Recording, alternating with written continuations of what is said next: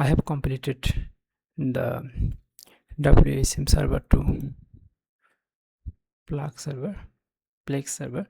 So in the Plesk, this is the Plesk dashboard and control server.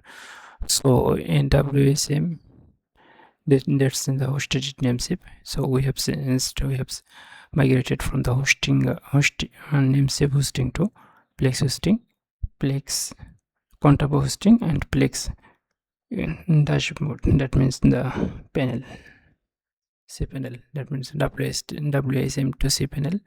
And now if my client redirect to the hosting this Plex, so that's time only 2 hours. Within 2 hours we have migrated all application, all website, Laravel, WordPress, everything.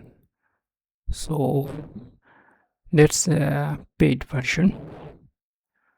So I suggest that you can use the first panel, also free, AA panel or cloud panel, all are free. So these are also better. So you can use all of them. So best of luck. Any issue you can contact me.